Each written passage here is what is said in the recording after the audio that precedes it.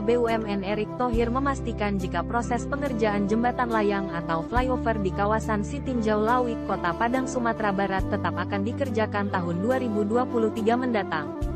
Proyek Sitinjau Lawik dilaksanakan dengan skema kerjasama pemerintah dan badan usaha KPBU. KPBU ini dilaksanakan oleh salah satu BUMN yaitu Hutama Karya.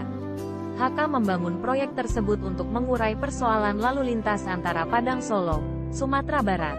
Erick mengungkapkan hal tersebut saat melakukan kunjungan di lokasi rencana pembangunan flyover Sitinjau Lawik, Sumatera Barat tanggal 20 Desember tahun 2022 lalu. Pembangunan flyover Sitinjau Lawik sepanjang 10,5 km tersebut menelan dana 4,8 triliun. Ia mengatakan kelengkapan infrastruktur akan memberikan manfaat luas pada percepatan pertumbuhan ekonomi suatu kawasan. Salah satu manfaat yang pasti akan diperoleh adalah peningkatan di sektor pariwisata.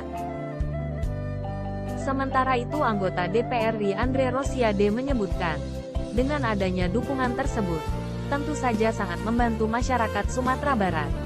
Alhamdulillah Pak Menteri sudah menunjuk Hutama Karya untuk melakukan penelitian pembangunan flyover Sitinjau Lawik ini. Saat ini, Hutama Karya juga sedang melakukan penelitian terkait bentuk bangunan yang akan dibuat nantinya. Insya Allah Maret tahun 2023 penelitian selesai dan selanjutnya akan dilakukan tender dan Oktober akan mulai dilakukan pembangunannya, kata Andre. Andre bilang, rencana pembangunan flyover Sitinjau Lawik ini bertujuan untuk mengurangi angka kecelakaan lalu lintas akibat jalur ekstrim di Sitinjau Lawik. Dengan adanya flyover, tentu saja potensi kecelakaan dapat diminimalisir. Sudah banyak kecelakaan yang terjadi di Sitinjau Lawik. Jika ada flyover tentu angka kecelakaan bisa dikurangi, tutup Andre Rosiade.